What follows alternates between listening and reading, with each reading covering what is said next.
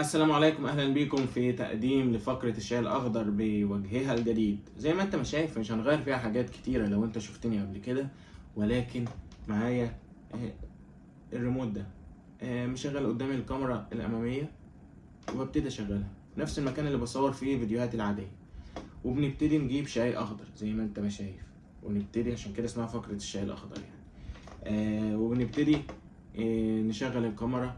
مفيش اي مونتاج، مفيش اي حاجة.